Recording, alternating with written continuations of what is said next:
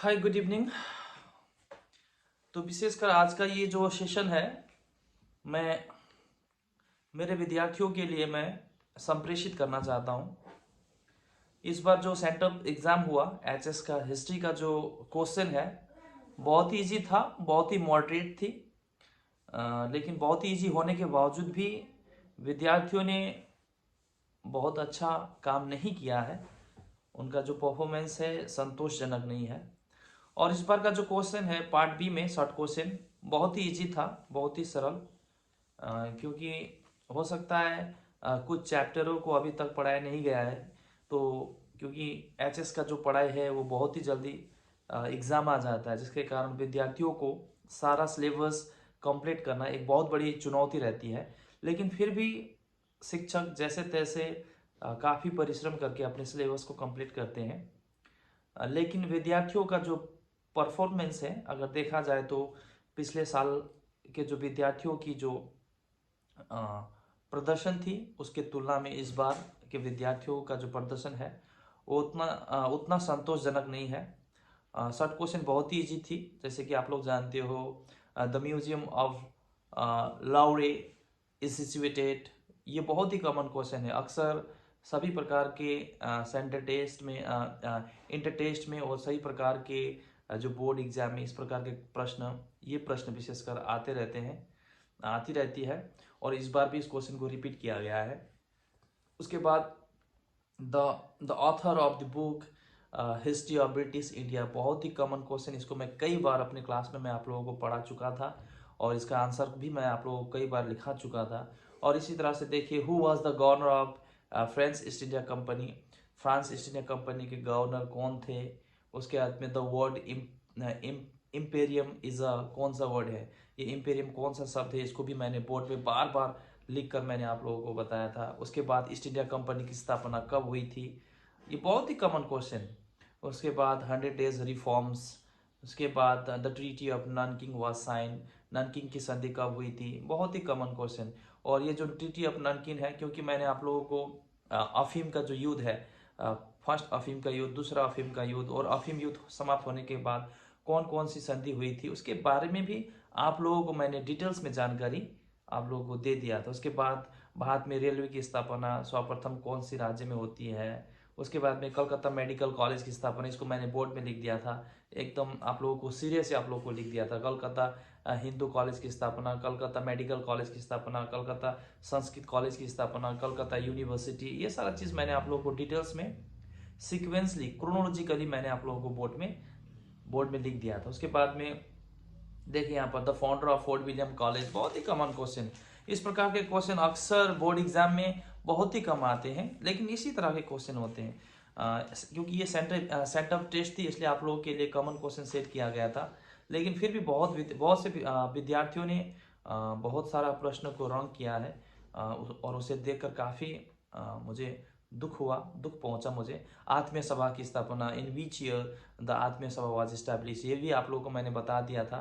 The आत्मीय सभा was establish in the year 1815। और आप लोगों को ये भी बताया था कि बाद में यही सभा जाकर ब्रह्मा समाज के नाम से जाना जाता है, ये चीज़ आप लोगों को बता दिया था। उसके बाद में लखनऊ समझौता 1916, ये भी आप लोगों को बता दिया गया था। खेड़ा सत्याग्रह, ये तो आप लोगों ने क्लास 10 में ही अच्छी तरह से आप लोगों ने पढ़ाई किया था। उसके बाद में Indian mirror was publish by, Indian mirror के प्रकाशक कौन थे, ये होगा देवेंद्र नाथ टैगोर। ये हो सकता है ये प्रश्न आप लोग के लिए कुछ नया हो, लेकिन फिर भी बहुत सारे विद्यार्थियों को यहाँ पर विद्यार्थी ट्रिक्स लगा सकते थे, लेकिन बहुत कम विद्यार्थियों ने इस प्रश्न को सही किया है।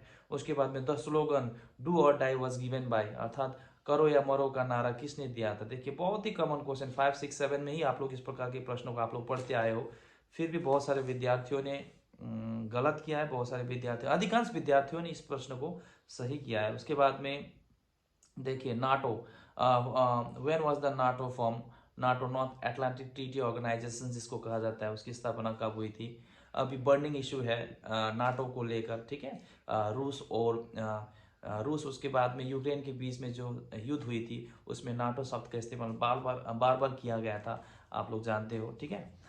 तो उसके बाद true man was the president of political science और हिस्ट्री, दोनों में ट्रू मैन। उसके बाद में मार्शल प्लान को लेकर शिक्षक अक्सर इस टॉपिक को पढ़ाते रहते हैं। ये ट्रूमैन अमेरिका का प्रेसिडेंट थे। उसके बाद में in which year the Panchsheel policy was introduce, Panchsheel नीति किस वर्ष लागू की गई थी, ये भी क्वेश्चन कॉमन क्वेश्चन है। उसके बाद में the first president of independent Indonesia was, Indonesia का प्रथम राष्ट्रपति कौन थे, ये भी प्रश्न कॉमन है। और ये प्रश्न आप लोग को अक्सर जब आप लोग गुटनिरपेक्ष आंदोलन पढ़ते हो तो उस समय ये प्रश्न आपको देखने को मिलता है। उसके बाद में America, who discover America, America की खोज किसने की, ये भी बहुत ही कॉमन क्वेश्चन।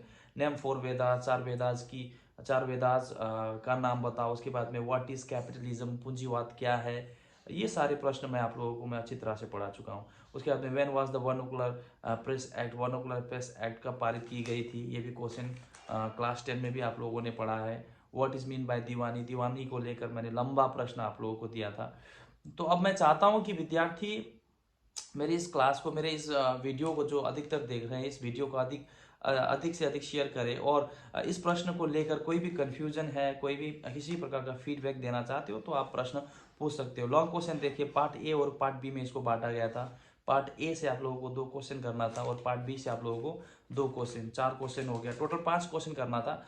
5 क्वेश्चन में से अब जो बचा एक क्वेश्चन है पार्ट ए और पार्ट बी में से किसी भी एक क्वेश्चन को आप करते तो हो जाता। टोटल 5 क्वेश्चन, 8 पंचे 40 मार्क्स का लॉन्ग क्वेश्चन होता है। उसके बाद में 40 मार्क्स का एमसीक्यू, उसके बाद में एसएक्यू, शॉर्ट टाइप क्वेश्चन को मिलाकर टोटल 40 मार्क्स का क्वेश्चन। इस तरह से 80 मार्क्स का रिटर्न एग्जाम होता है और 20 मार्क्स का प्रोजेक्ट एग्जाम होता है। अभी भी बहुत सारे विद्यार्थियों ने हो सकता है प्रोजेक्ट को लेकर अभी भी काफ़ी केयरलेस दिखाई है। ऐसे विद्यार्थियों को मैं सलाह देना चाहता हूं कि अब प्रोजेक्ट कार्य को आप लोग अच्छी तरह से कीजिए, क्योंकि प्रोजेक्ट भी आपका बोर्ड एग्जाम की तरह ही है।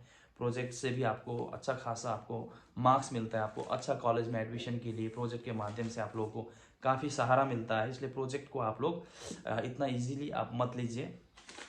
तो लॉन्ग क्वेश्चन में देखिए कुछ प्रश्न है जो बहुत ही इजी क्वेश्चन थे। What do you mean by imperialism, imperialism से क्या समझते हो, इसके बारे में पढ़ाई हो चुका है। Briefly discuss the cause of the rise of imperialism, imperialism का उत्थान किस प्रकार से होता है, इसके बारे में आप लोगों को अच्छी तरह से पढ़ाया जा चुका है। उसके बाद में what were the cause of the downfall of the cotton textile industries, ये भी आप लोगों को पढ़ाया गया है। जब आप लोगों को ड्रेन ऑफ वेल्थ के बारे में जब आप लोगों को पढ़ाया गया था, जब आप लोगों को कैपिटलिज्म के बारे में जब पढ़ाया गया था, विशेषकर कैपिटलिज्म का जो डिवीजन है, मर्केंटाइल कैपिटलिज्म, इंडस्ट्रियल कैपिटलिज्म और फाइनेंस कैपिटलिज्म के बारे में जब पढ़ाया गया था, तो उस समय इस टॉपिक में कॉटन टेक्सटाइल इंडस्ट्रीज का जो डिक्लाइन है, भारत का इंडिजीनियस इंडस्ट्रीज किस तरह से पतन होता है, इसके बारे में आप लोगों को पढ़ाया गया था। उसके बाद में write an essay on the development of western education, अर्थात भारत में अंग्रेजी शिक्षा का विकास किस तरह से हुआ, प्राच्य और पाश्चात्य शिक्षा विवाद के बारे में, ओरिएंटल और इंग्लिश एजुकेशंस का जो कन्फ्लिक्ट है उसके बारे में जब पढ़ाया गया था, तो इसके बारे में अच्छी तरह से आप लोगों को पढ़ाया गया। What were the causes of the revolt of 1857, बहुत ही कॉमन क्वेश्चन, 1857 के विद्रोह का कारण क्या था।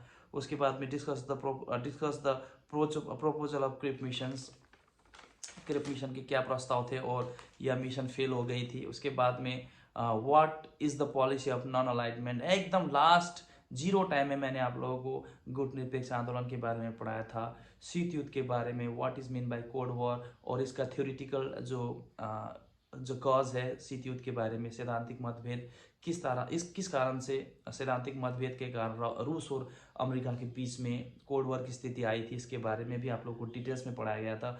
और विद्यासागर के बारे में ए से लिखने के लिए भी आप लोगों को अच्छी तरह से मैंने बताया था।